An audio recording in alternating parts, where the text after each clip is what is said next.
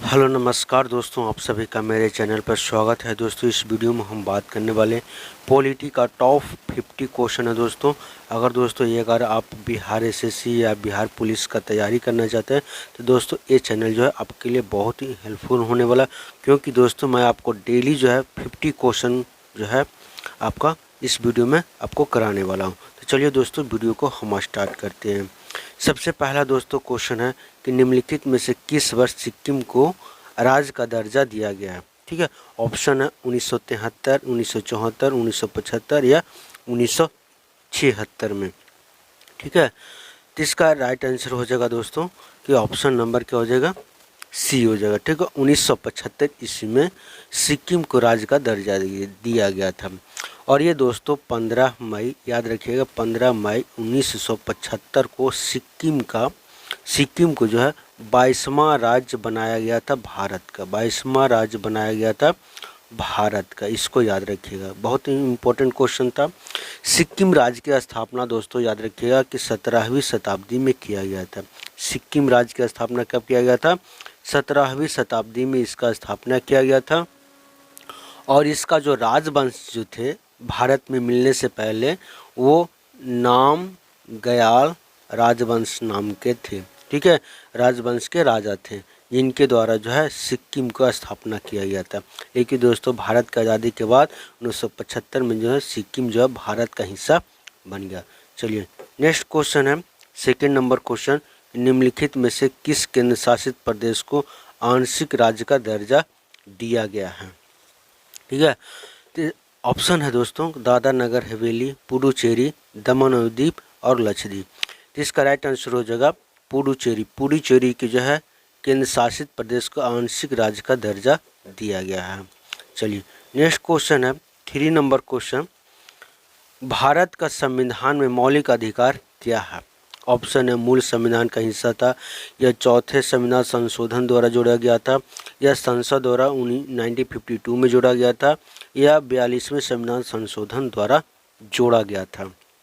ठीक है, तो भारतीय संविधान का मौलिक अधिकार जो है दोस्तों मूल अधिकार का हिस्सा था। ठीक है, भारतीय संविधान जो है दोस्तों अभी वर्तमान में जो है 6 मौलिक अधिकार हैं, इसको याद रखिएगा। मौलिक अधिकार कितने हैं, तो 6 हैं दोस्तों। स्टार्टिंग में जो है ये 7 था, लेकिन एक जो है आपका जो अधिकार तो था संपत्ति का अधिकार, उसे हटा दिया गया है। ठीक है, उसको क्या किया गया, हटा दिया गया था।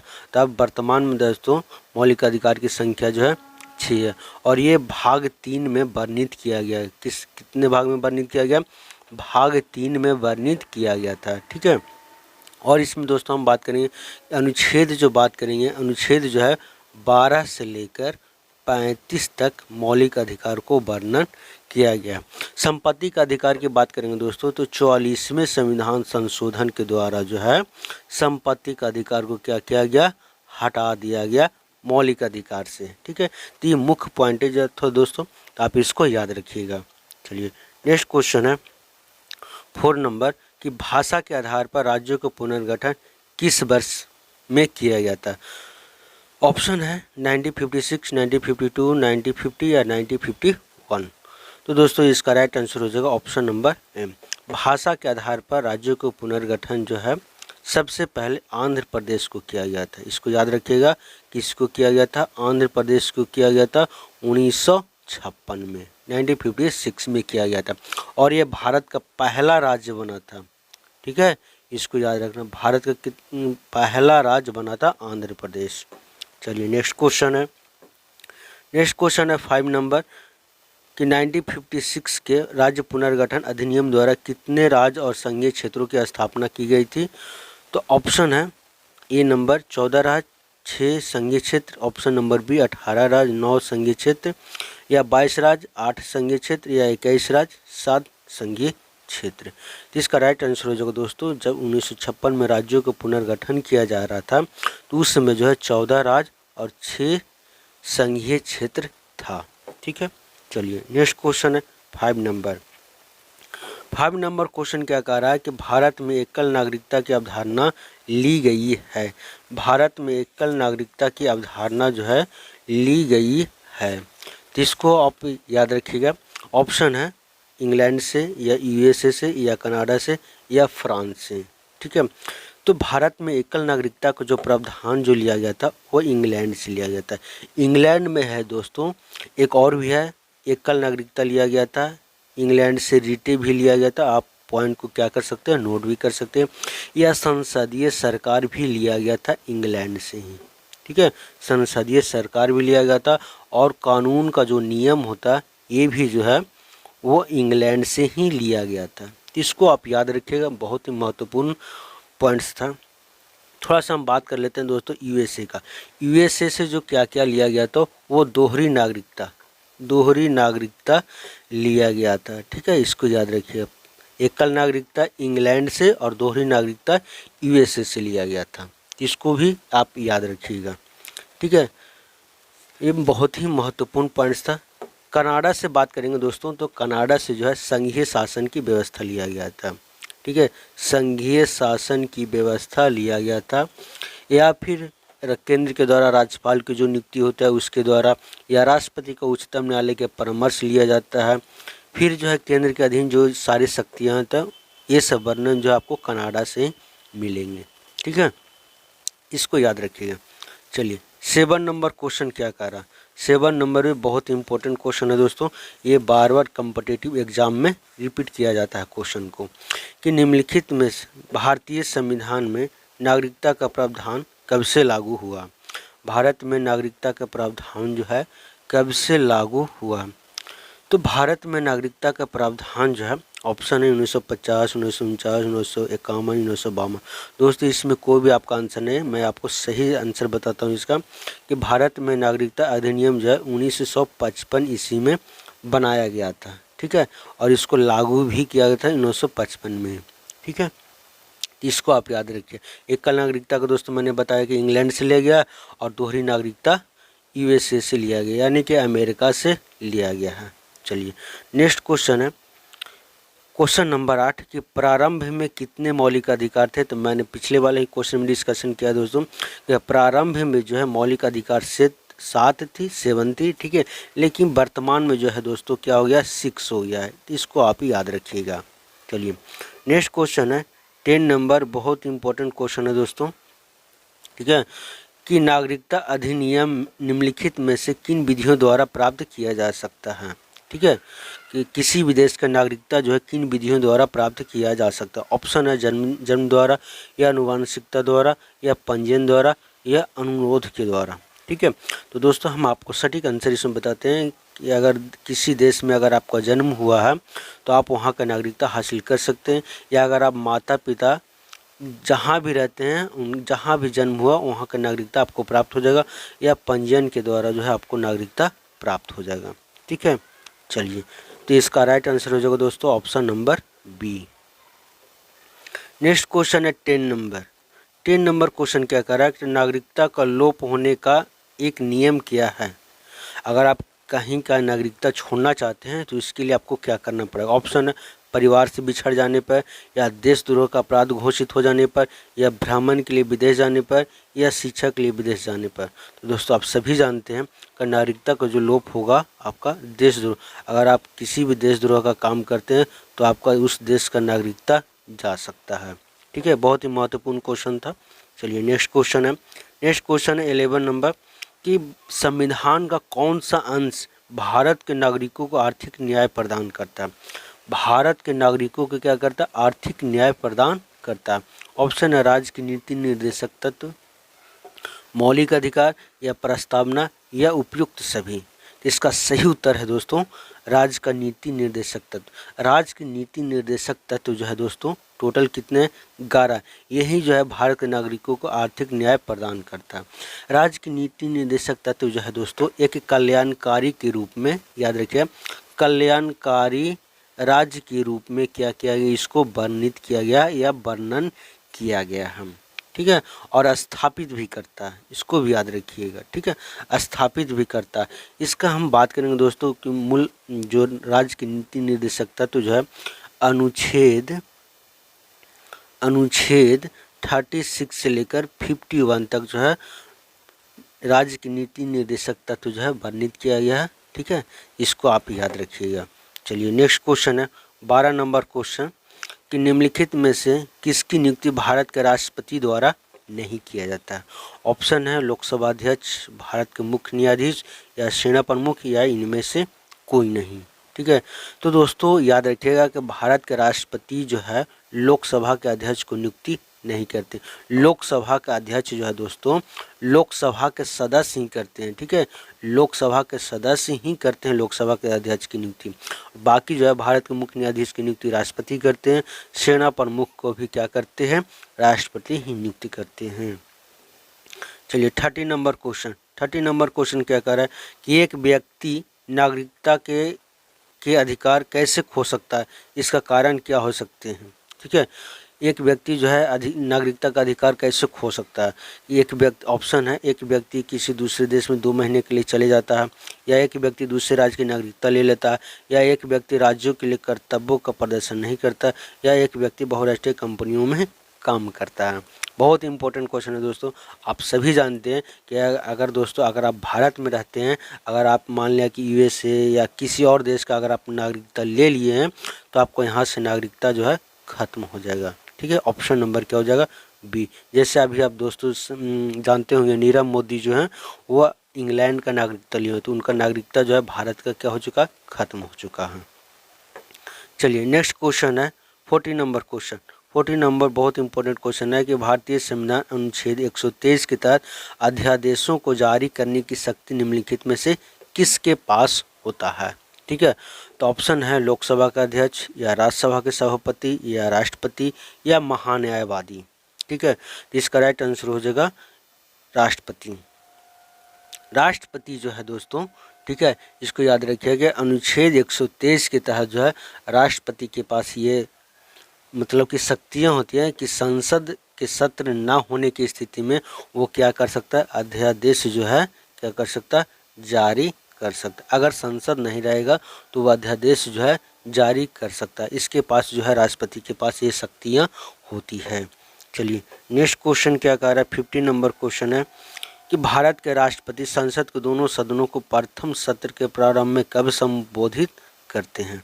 ऑप्शन है प्रतिवर्ष, या लोकसभा के लिए प्रत्येक आम चुनाव के बाद, या ए दोनों बी, या न तो ए और न तो बी। तो इसका राइट आंसर हो जाएगा दोस्तों सी नंबर। प्रतिवर्ष करते हैं कि भारत के राष्ट्रपति के संसद के दोनों सदनों को क्या करते हैं, संबोधित करते हैं, और लोकसभा के लिए प्रत्येक आम चुनाव के बाद करते हैं। ये दोनों आपको याद रखना है। नेक्स्ट क्वेश्चन है 60 नंबर कि विदेशों में भेजे जाने वाले विभिन्न संसदीय प्रतिनिधि मंडलों के लिए व्यक्तियों का नामांकन निम्नलिखित में से कौन करता है। ऑप्शन है लोकसभा का अध्यक्ष, ठीक है, प्रधानमंत्री, या राष्ट्रपति, या राज्यसभा का अध्यक्ष। इसका राइट आंसर हो जाएगा राष्ट्रपति। राष्ट्रपति जो है विदेशों में भेजे जाने वाले विभिन्न संसदीय प्रतिनिधित्व मंडलों को क्या करता है, नामांकन करता है। चलिए 70 नंबर क्वेश्चन है। 70 नंबर भी बहुत इंपॉर्टेंट क्वेश्चन है दोस्तों, इसको याद रखिएगा। ऑप्शन है 17 नंबर क्वेश्चन है कि राष्ट्रपति द्वारा लोकसभा और राज्यसभा में मनोनीत सदस्यों की कुल संख्या कितनी है। दोस्तों ये राष्ट्रपति के द्वारा चुने जाते हैं, ये इनका जिनका मन करेगा वो चुन सकते हैं। ठीक है, ये राष्ट्रपति के द्वारा क्या किया जाता है, मनोनीत किया जाता है। ऐसे कितने संख्या हैं जो राष्ट्रपति द्वारा मनोनीत किए जाते हैं, तो 14 हैं। ठीक है, इनको याद रखिए। और राष्ट्रपति के द्वारा क्या किए जाते हैं, मनोनीत किए जाते हैं। नेक्स्ट क्वेश्चन 18 नंबर कि संसद के सदनों को बुलाने की शक्ति किसके पास है। संसद के सदनों को बुलाने की शक्ति किसके पास है, राष्ट्रपति, या अध्यक्ष, या प्रधानमंत्री, या उपराष्ट्रपति।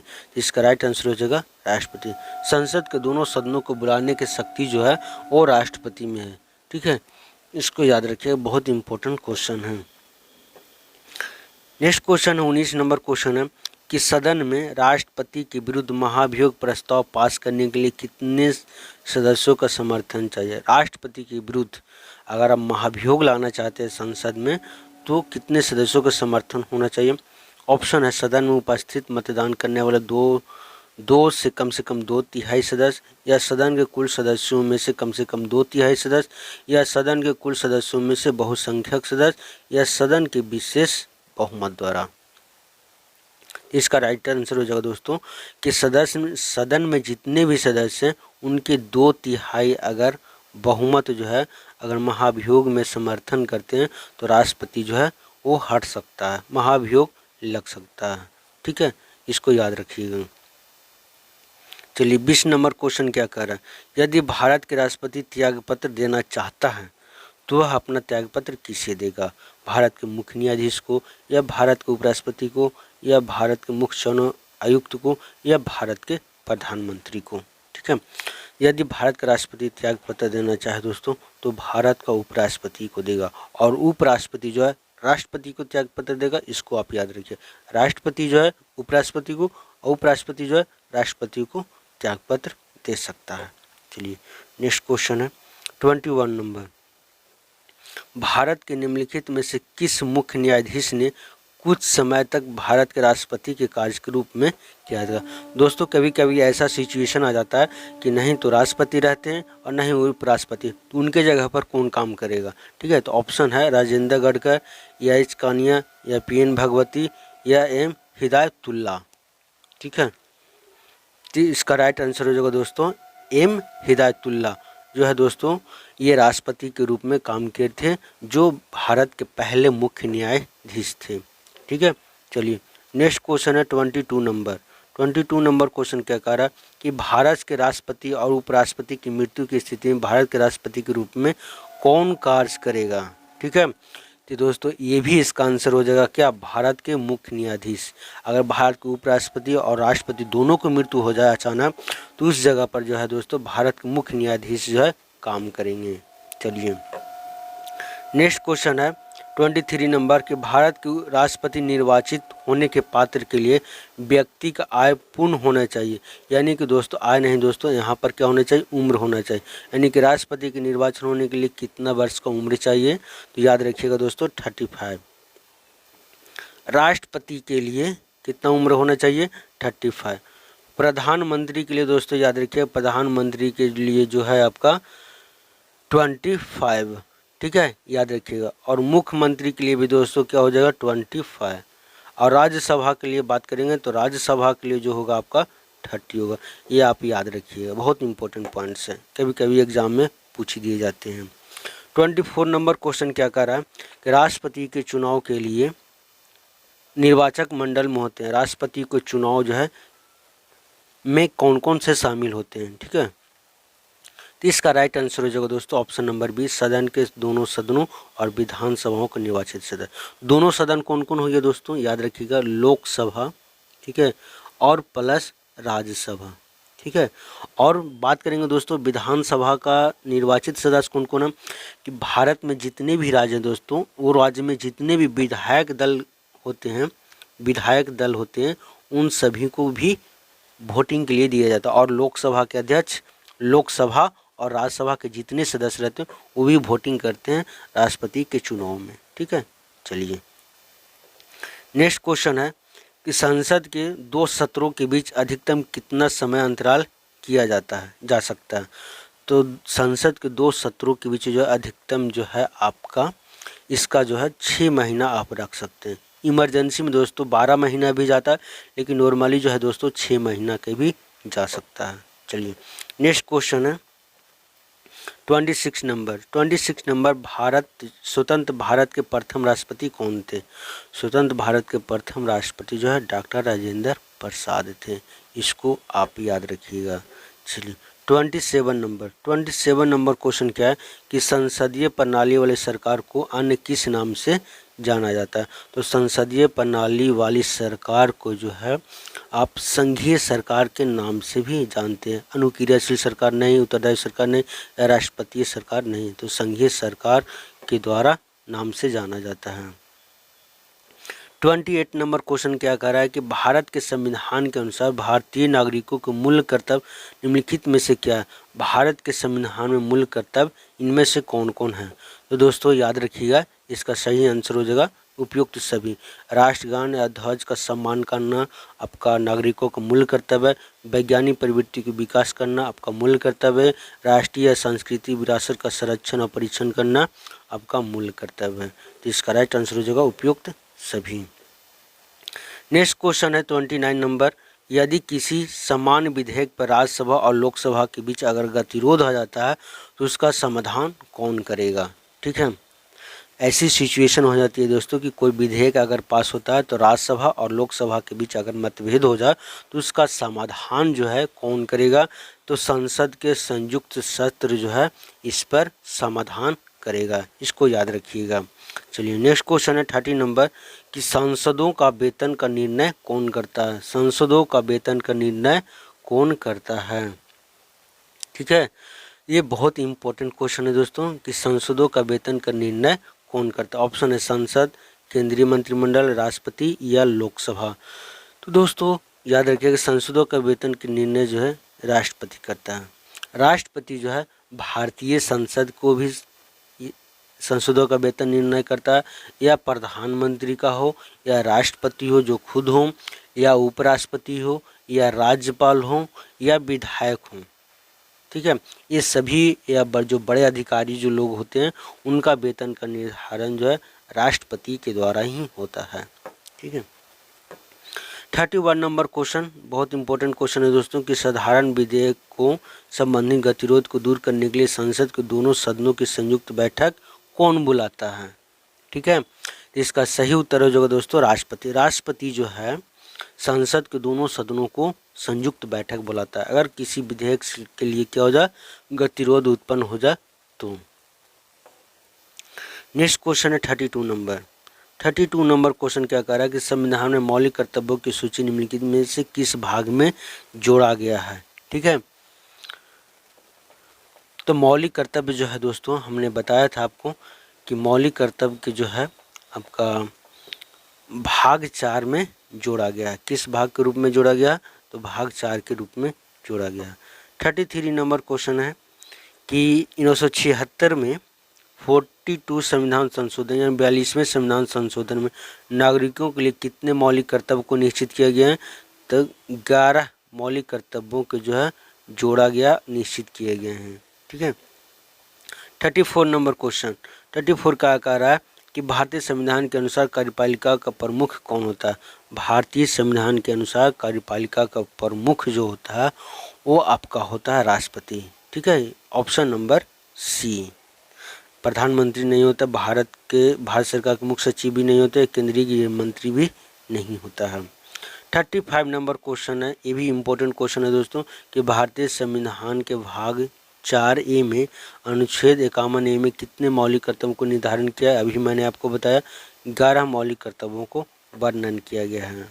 चलिए नेक्स्ट क्वेश्चन है 36 नंबर कि भारत के संविधान अनुच्छेद के तहत राष्ट्रीय महत्व ऐतिहासिक हितों से संबंधित हर स्मारक स्थान वस्तु का संरक्षण करने के लिए बाध्यकारी कितने कौन से अनुच्छेद में यह वर्णन किया गया है।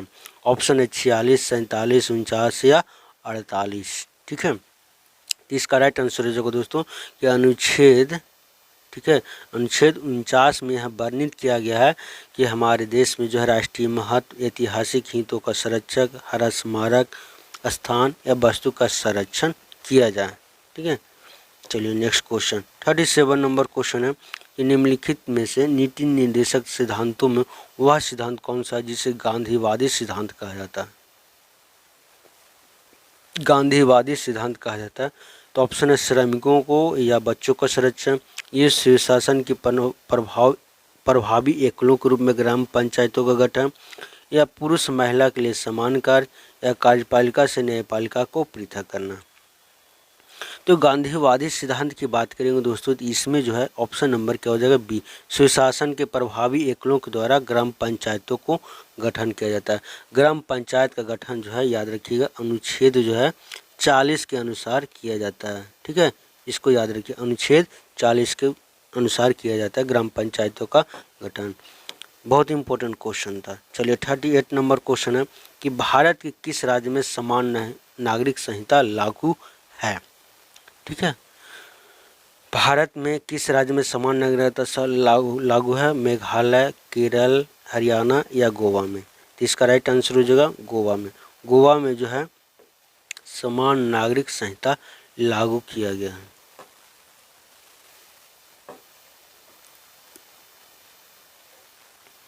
नेक्स्ट क्वेश्चन है 39 नंबर। राज्य के नीति निर्देशक सिद्धांतों के अनुसार किस आयु तक के बच्चों को निःशुल्क एवं शिक्षा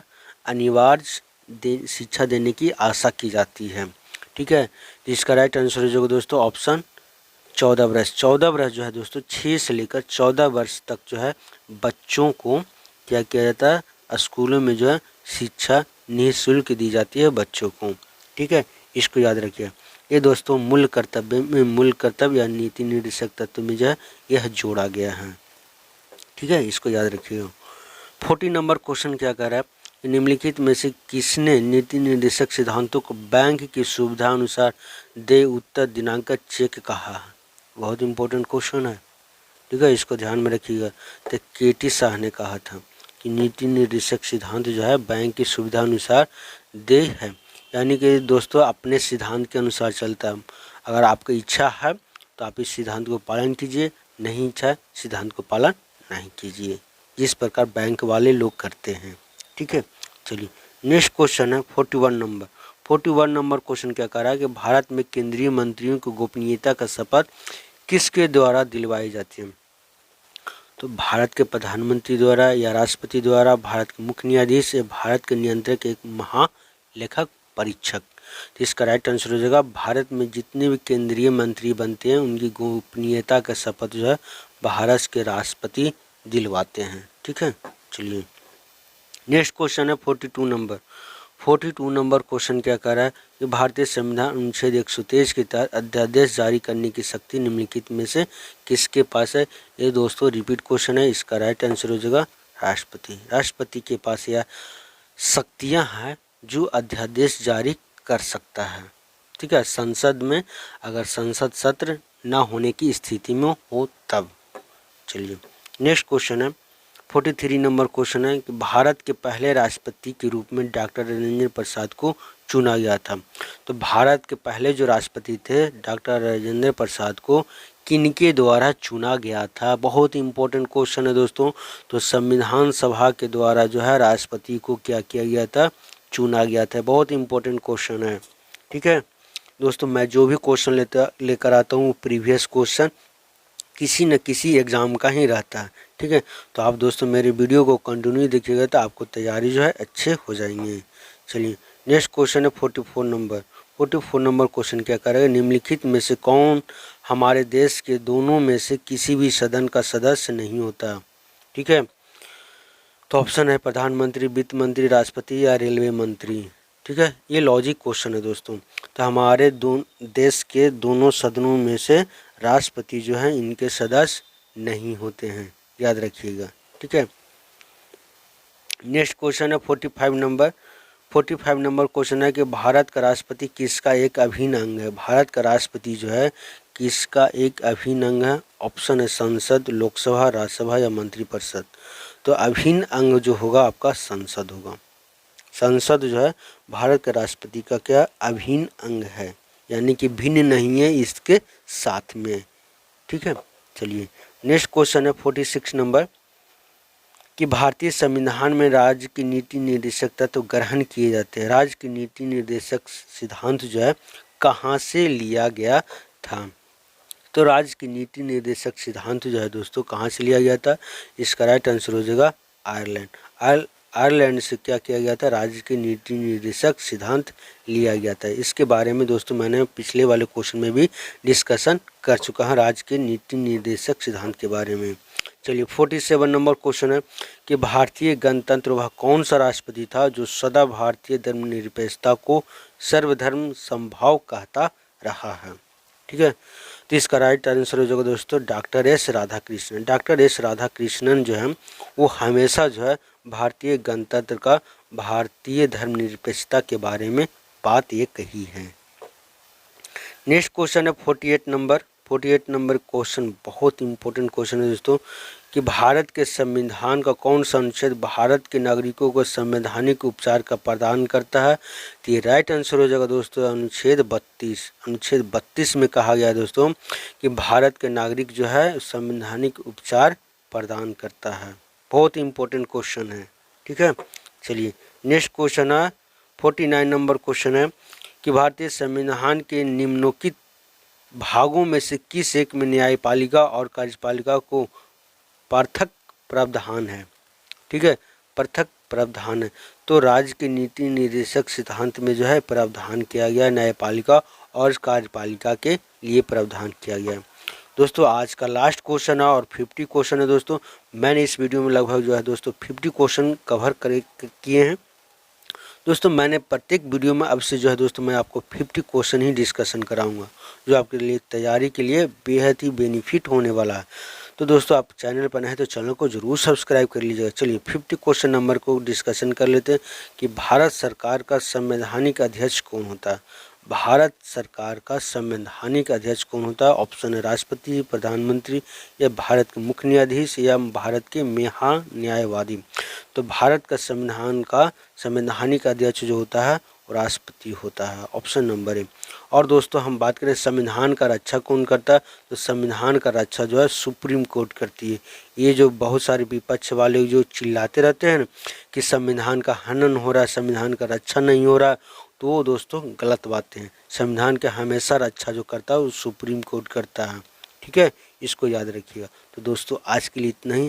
दोस्तों अगर आप चैनल पर नए हैं तो चैनल को ज़रूर से ज़रूर सब्सक्राइब कर लीजिए और दोस्तों के बीच ज़रूर शेयर कीजिएगा ताकि उनको भी यह वीडियो का बेनिफिट हो। दोस्तों आज के लिए इतना ही।